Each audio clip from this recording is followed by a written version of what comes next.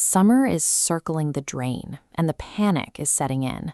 You want the results, the sharp jawline, the defined core, but you'd really prefer to skip the exhausting sacrifice that usually takes to get there.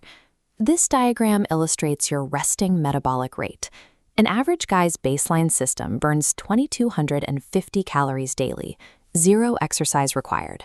By microdosing caffeine every 2 hours, you push that baseline to 2,400.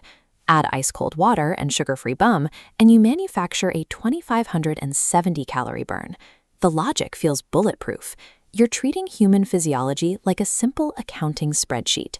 You stack up these tiny, passive habits, watch the imaginary math compound, and convince yourself you're doing the hard work without actually breaking a sweat. When the metabolic math doesn't carve out a six-pack overnight, the desperation pivots from burning invisible calories to faking visible muscle. You adopt aesthetic tricks. You take a body trimmer set to a fraction of a millimeter, dry shaving against the grain of the skin. The goal is to eliminate the fine layer of hair that visually softens the contours of your arms and chest. Then comes a 30-minute sprint in a sauna to sweat out layers of subcutaneous water weight, followed immediately by applying tinted sunscreen. The dark artificial glow creates deeper shadows, mimicking the natural definition of lean muscle tissue. But then you take a shower. The sunscreen washes down the drain. The water weight returns by the next morning. You step on the scale, and the number stares back at you, completely unchanged. The underlying physiological structure is exactly as soft and weak as it was a month ago. The illusion fractures. You realize that stacking up caffeine and peeling off body hair yielded 0 actual physical adaptation. Fat loss refuses to be hacked. It demands the non-negotiable reality of an honest, sustained caloric deficit, tracked meticulously over months, entirely ignoring the noise of passive microburns. The sterile, glamorous shortcuts from Act 1 evaporate. In their place is the boring, unsexy grind, weighing out portions for high-protein meal prep and enforcing strict sleep hygiene night after night. And when you finally step onto the gym floor, the shortcuts are completely exposed. You attempt a heavy deadlift, and the bar violently unspools from your trembling hands. Your legs and back have leverage, but your grip fails instantly.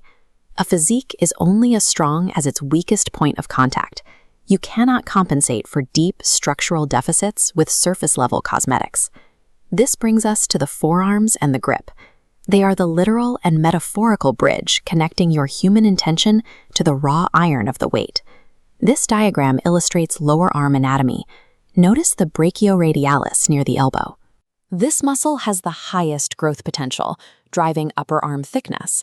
To isolate it, use a neutral or pronated grip. Heavy hammer or reverse curls shift mechanical tension directly onto that thick muscle belly. Moving down the arm, you have the wrist flexors and extensors.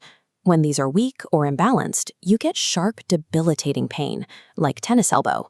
Rolling a weighted stick up and down, the classic wrist roller, directly targets these smaller stabilizers, injury-proofing your joints. Then comes the brutal, repetitive torture of deep tissue grip training, squeezing stiff hand grippers until your knuckles turn white, or clawing and twisting your fingers through the heavy friction of a bucket full of rice. The localized agony of these sessions is the catalyst for growth. The body only adapts when it is forced to endure and then recover from intense mechanical stress. Months pass. You stop looking for the daily shortcut and push straight through the gritty, invisible middle stages of the process, finally crossing the 180-day mark. Now, the physiological changes are undeniable. Your frame carries dense, thick muscle. Your jawline is naturally sharp, and veins are popping like road maps across your forearms, a level of vascularity that is simply impossible to fake. This is a permanent, earned physical presence.